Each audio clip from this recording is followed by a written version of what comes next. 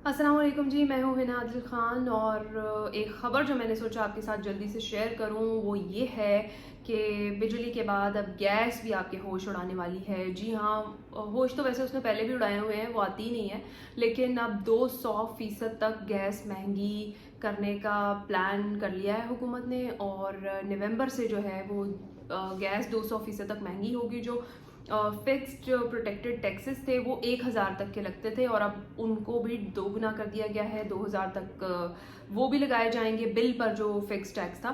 तो जनाब आप तैयारी पकड़ लें, गैस ने तो आना कोई नहीं है, लेकिन बिल ज़रूर आएगा आपके घर और वो भी छप्पड़ फाड़ के आएगा। और आपने जब बिल देखना है तो आपने डेफिनेटली चक्कर खा के गिर नहीं जाना, क्योंकि आगे सर्दी है। और अब सर्दी में जो सिचुएशन बननी है वो ये बननी है कि बिजली ऑलरेडी बहुत महंगी है। बिजली के ऊपर ना आप अपने इलेक्ट्रिक जो चूल्हे हैं वो चला सकते हैं, ना इलेक्ट्रिक हीटर्स चला सकते हैं, ना इलेक्ट्रिक गीज़र्स चला सकते हैं उस खुले तरीके से जिस खुले तरीके से आप जो गैस के हीटर, गैस के गीज़र और जो गैस वाले चूल्हे हैं वो चला सकते हैं। और ज़िंदगी बहुत मुश्किल होने वाली है सर्दियों में। और मुझे ये लग रहा है कि हम बैक टू स्टोन एज जा रहे हैं, मतलब हम वापस जा रहे हैं पत्थर के दौर में, जहां हमने आग जलाया करनी है, उसके ऊपर हमने खाना बनाया करना है और वो हमने खाया करना है। क्योंकि गैस ने वैसे नहीं आना है पूरी सर्दियां, ये तो हमने बर्दाश्त करना है। एक इसमें एक चीज़ ये भी है कि हमने अपने ये जो कुदरती ईंधन था इसका भी बेजा इस्तेमाल करके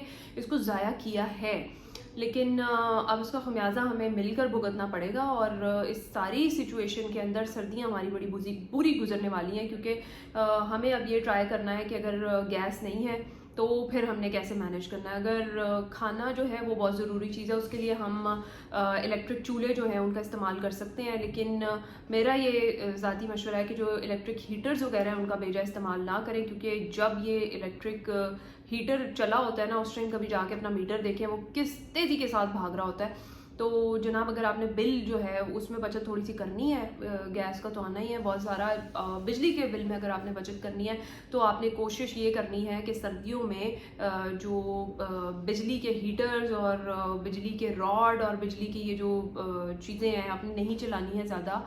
और कोशिश करें कि जो गर्म लिहाफ हैं उनका इस्तेमाल कर लीजिएगा। लेकिन ये तो मैं बहुत पेशगी मशवरे देना शुरू हो गई हूँ, क्योंकि अभी तो प्रॉपर सर्दी ने आना है।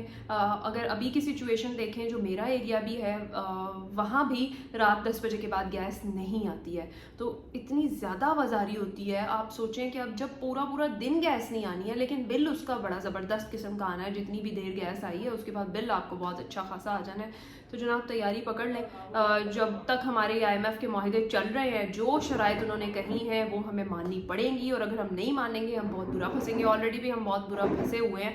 लेकिन इस सारे सिनेरियो में ना, मैं जो हमारे हुक्मरान हैं वो हमेशा से उनका ये ख्याल होता है कि जो मुक़्तदर हल्के हैं ना उनके साथ डीले कर लेते हैं वो, और अपने नज़रियात और मफादात जो हैं वो पसे पुश डाल देते हैं। बस वो उनको ये होता है कि जनाब हमारी डील हो जाए, हम कुर्सी पे बैठ जाएं, और उसके बाद आवाम का कोई वाली वारिस नहीं रहता है। जो दावे पहले किए जाते हैं वो बाद में भुला दिए जाते हैं। लेकिन हुक्मरानों से मैंने ये कहना है कि आपने अगर अब ये स्टेप भी लेना है ना, 200% तक गैस भी महंगी होनी है, इसके अलावा मैंने सुना है फ्यूल भी वापस रिवर्स हो रहा है, कीमतें जो हैं वो बढ़ेंगी, पेट्रोल की भी। बिजली पहले ही बहुत महंगी है, तो आवाम का जो गैस गज़ब है उससे आपने बचना है, क्योंकि अब की बार कोई माफ़ी मिलने वाली नहीं है। क्योंकि आवाम ऑलरेडी बहुत परेशान है, बहुत मसाइल में घिरी हुई है, और उसमें आपने गैस भी महंगी कर दी जो कि आती ही नहीं है, तो जो मसाइल हैं वो मज़ीद बढ़ जाएंगे। तो एक जो डील है ना खुदारा, आप आवाम से भी कर लें। शुक्रिया।